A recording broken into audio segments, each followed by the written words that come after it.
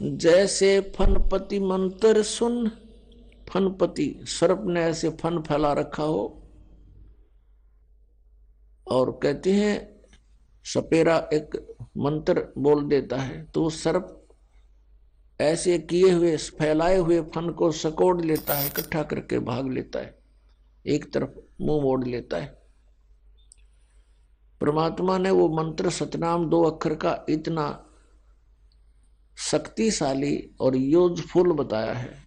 जैसे फनपति मंत्र सुन, रखे फन सकोड़े, ऐसे बीरा मेरे नाम से, सतनाम से काल लवे मुंह मोड़े। यहां उसी का प्रमाण दे रहे हैं। न्योल नाद सुभान गति, लड़े भुजंग हमेश, जड़ी जान जगदीश है, वैस नहीं व्याप शेष। न्योल नाद सुभान गति और लड़े भुजंग हमेश। जिस प्रकार एक छोटा सा नेवला एक 8-9 इंच का लंबाई का जानवर और 6-7-8 फुट लंबे तगड़े सर्प को काबू कर लेता है, विजय पा लेता है, उसके पास एक जड़ी होती है। उस जड़ी को, उस औषधि को सूंघ कर आता है, पौधा होता है एक, उसको सूंघ कर आता है और सर्प के मुंह के सामने श्वास छोड़ देता है। सर्प विवश हो जाता है, चक्कर आने शुरू हो जाते हैं, वो चल पड़ता है, पराजित हो जाता है। फिर नेवला उसको मार डालता है। यहां वही बताते हैं कि जो सही सतनाम पूर्ण संत से प्राप्त करके जाप करता है तो वो सतनाम परमात्मा के द्वारा दी हुई जड़ी है, वो इस काल रूपी सर्प को ऐसे विवश कर देगी, आप पर कोई असर नहीं कर सकता, पराजित हो जाएगा। हंस गवन करते नहीं, मान सरोवर छाड़े, कौवा उड़ उड़ जाते है, ये खाते मांसाहार। एक हंस पक्षी होता है, एक कौवा होता है, एक बुगला होता है, बुगला। हंस और बुगले में कोई अंतर नहीं होता, एक जैसी उनकी बॉडी होती है। हंस की और बुगले की कैसे पहचान की जा सकती है कि किसी सरोवर पर ये दोनों पक्षी हों, उनकी ये पहचान होगी कि बुगला तो खाएगा मच्छी, कीड़े मकोड़े गोगे, और हंस नहीं खाता। हंस केवल मोती खाता है। हंस के अंदर एक और पहचान, एक और विशेष गुण होता है कि जैसे आप 1 गिलास दूध में 1 गिलास जल मिलाकर हंस के सामने रख दो, वो अपनी चोंच से पीना प्रारंभ करेगा, दूध को ग्रहण कर लेगा, जल 1 गिलास ज्यों का त्यों रह जाएगा। उसके अंदर परमात्मा ने ऐसा गुण दिया है।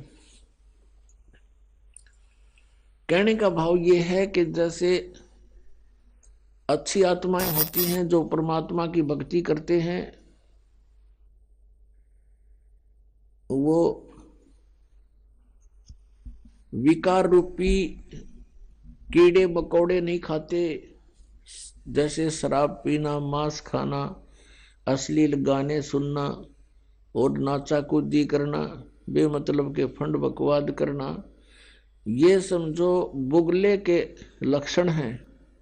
और हंस वो होता जिसने दूध और पानी छान लिया, अलग अलग कर लिया, भले और बुरे को पहचान लिया, कौन परमात्मा है, कौन सा मंत्र है जो मोक्षदायक है, कौन से कर्म हैं जो हमने करने चाहिए, कौन से कर्म ना करने चाहिए।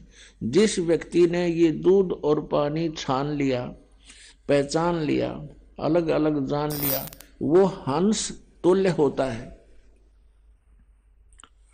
इसके अतिरिक्त वो बुगले के तुल प्राणी होते हैं। कहा है कि हंस गवन करते नहीं मान सरोवर छाड़, और कौवे उड़ उड़ जाते हैं वो खाते मांसाहार।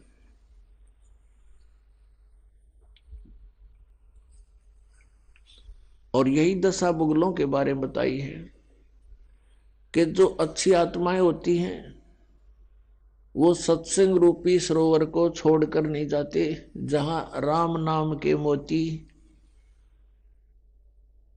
उपलब्ध होते।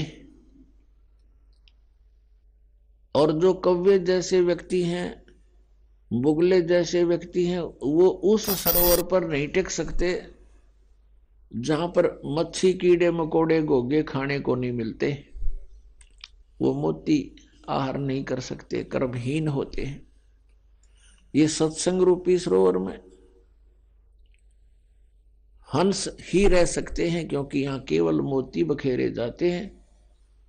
यहां पर बकवाद नहीं होती, या ना कोई अश्लील गाने होते हैं, ना या कोई ऐसा आहार खाद्य पदार्थ होता है, ना कोई चटपटी बकवाद होती है।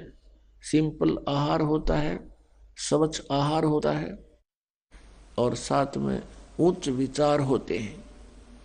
तो उनको हंस ही ग्रहण कर सकते हैं, कौवे नहीं रुक सकते। उनकी आदत बकवाद करने की, मांस खाने की, यानी शराब पीने की है, सिनेमा देखने की है, और माया जोड़न की उनकी एक विशेष प्रवृत्ति होती है। तो वो व्यक्ति सत्संग में नहीं रह सकते, वो यहाँ से तुरंत भाग जाते हैं। अंश दशा तो साध है, ये सरोवर है सत्संग। मुक्ता हलबाणी चुगे फिर चढ़े नवेला रंग। हंस दशा तो साधु हैं, साध सोए जो सीधा चाले, बकवाद छोड़ दे साधु है। भक्ति करे, सत भक्ति करे, वो साधु है। कहते हंस जैसी दशा के तो ये संत हैं, भक्त हैं। और ये सरोवर है सत्संग, जहां उनको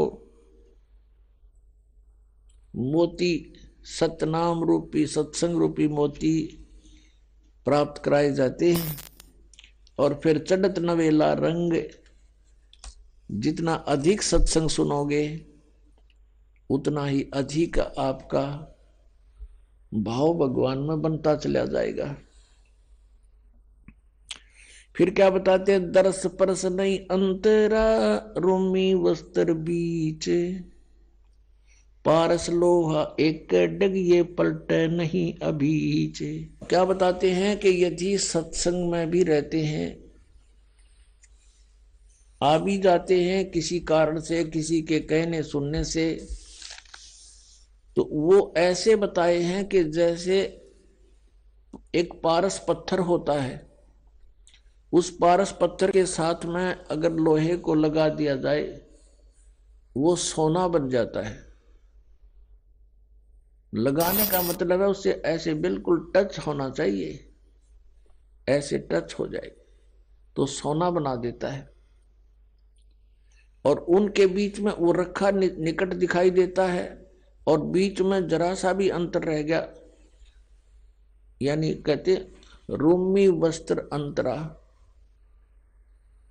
एक उदाहरण दिया कि बिल्कुल बहुत ही पतले वस्त्र भी की मोटाई जितना भी अंतर बीच में रह गया दोनों के, वो लगते तो ऐसे जैसे बिल्कुल साथ लगे हुए, लेकिन वो सोना नहीं बन रहा, क्योंकि उससे वो टच नहीं हो रहा।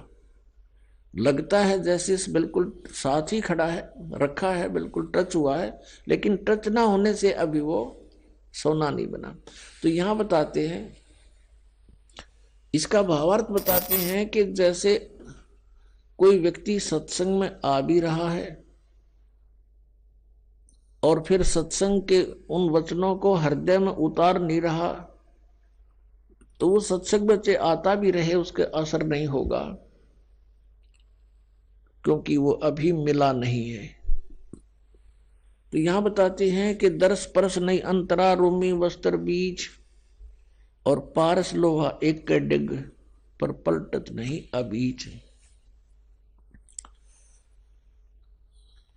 अब जैसे किसी ने उपदेश भी ले रखा है, श्रद्धा है नहीं गुरुदेव के प्रति, तो वो रह अवश्य साथ रहा है लेकिन वो मिला नहीं है।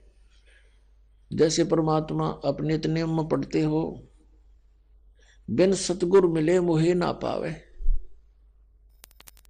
और वैसे मिले कैसे कि सतगुरु के साथ एक रस नहीं होता तब तक परमात्मा प्राप्ति नहीं होती। सतगुरु तो मिला हुआ है, नाम भी मिला हुआ है, हृदय में जगह है नहीं तो मालिक प्राप्ति नहीं हो सकती। भाव ये है कहने का। काया काशी मन मघर दोहों के मध्य कबीर, काशी तज मघर गए पाया नहीं शरीर। श्वेत वर्ण शुभ रंग है नगरी अकल अमान, तन मन की तो गम नहीं निज मन का स्थान। निज मन ऊपर परम पद राग रूप धीर, दूजे को तो गम नहीं तावा मैल कबीर। निज मन सेती मन हुआ मन सेती तन देहे, देही में कछु ना हुआ तो नाहक लाई खे। बेरा साटे बेचिया बैरागर सुल्तान, मालन को जाना नहीं बेबुद्धि खेचा तान। शेर बेर पलड़ चढ़े एक पड़ा भोमाही, मालन और सुल्तान को हलकारे ले जाही।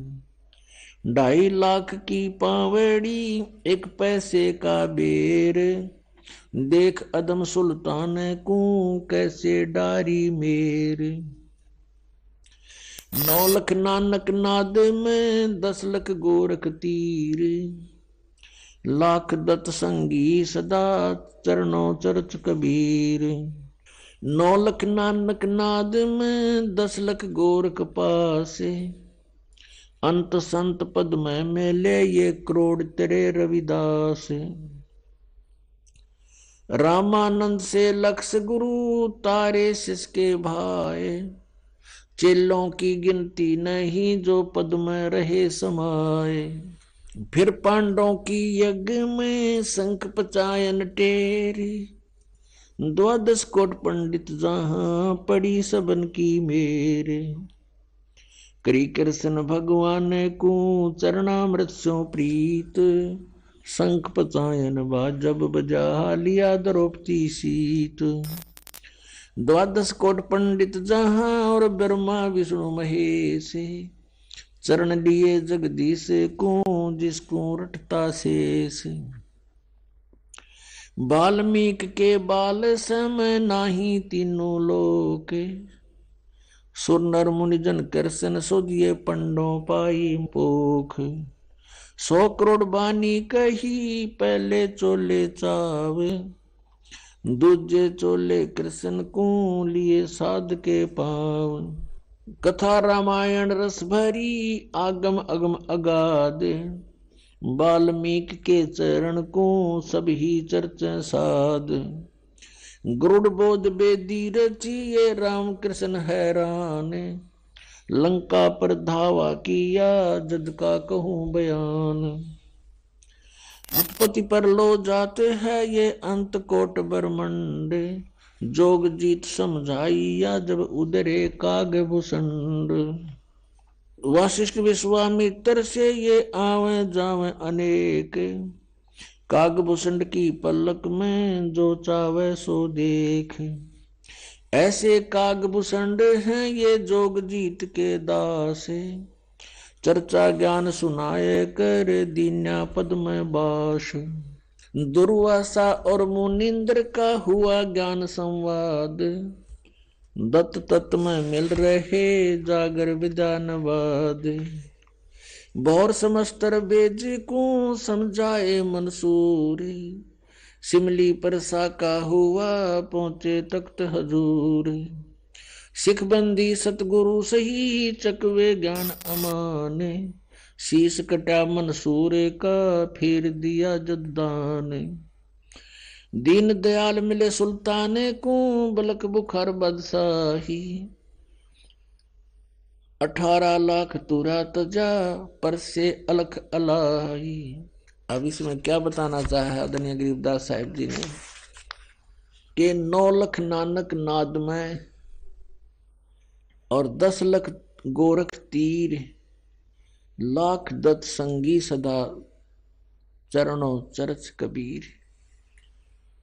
नानक साहब जी जैसी पुण्यात्माओं कहते हैं लाखों की संख्या में पार कर दी, और 10 लाख गोरख तीर, गोरख जैसे सिद्ध पुरुष जो यहाँ एक छोटी सी सिद्धि प्राप्त करके प्रभुता को प्राप्त था, कहते इसे 10 लाख परमात्मा के को ने पार किए जो ऐसी ही भूल में भटक रहे थे। लाख दत्त संगी सदा चरणों चरच कबीर। दत्तात्रेय जैसे भी लाखों पुण्यात्माओं को परमात्मा कबीर जी ने पार किया सत भक्ति देकर। फिर बताया कि रामानंद से लक्ष्य गुरु तारे शिष के भाई, और चेलों की गिनती नहीं जो पद में रहे समाये। रामानंद जी जैसे लक्ष्य गुरु यानी लाखों गुरु तार दिए, उनको शिष्य बनकर उनका परमेश्वर रामानंद जी के शिष्य बन करके उनको सतमार्ग समझाया, और गुरु मर्यादा बनाए रखने के लिए अति आवश्यक जाना, इसलिए उन्होंने रामानंद जी को गुरु बना करके ये मर्यादा कायम रखी कि गुरु बिन माला फेरते, गुरु बिन देते दान, गुरु बिन दोनों निष्फल हैं चाहे पूछो वेद पुराण। अब क्या बताया है, काया काशी मन मघर, दोहों के मध्य कबीर, और काशी तज मघर गए पाया नहीं शरीर। पुण्यात्माओं अज्ञान को हटाने के लिए परमात्मा स्वयं आते हैं, और वो एक तत्वदर्शी संत की भूमिका करते हैं, यानी तत्व ज्ञान प्रचार करते हैं। अच्छी आत्मा को मिलते हैं, उनको अपने सामर्थ्य से परिचित कराते हैं। ये विधान है परमात्मा का। एक रामानंद नाम के बहुत बड़े विद्वान माने जाते थे, पंडित जी थे। चारों वेदों के, गीता के, 18 पुराणों के वो मर्मज्ञ माने जाते थे, और उन्होंने आकर के वहां बनारस में अपना, काशी में अपना डेरा स्थापित किया, और 1400 ऋषि बनाए प्रचारक, वो प्रचार किया करते थे। और स्वामी रामानंद जी ये विष्णु जी के उपासक थे। श्री विष्णु जी को वो इष्ट मानते थे, गीता और वेदों का प्रचार करते थे, 18 पुराणों को वो एक विशेष ग्रंथ मानते थे, वेदों के तुल्य मानते थे।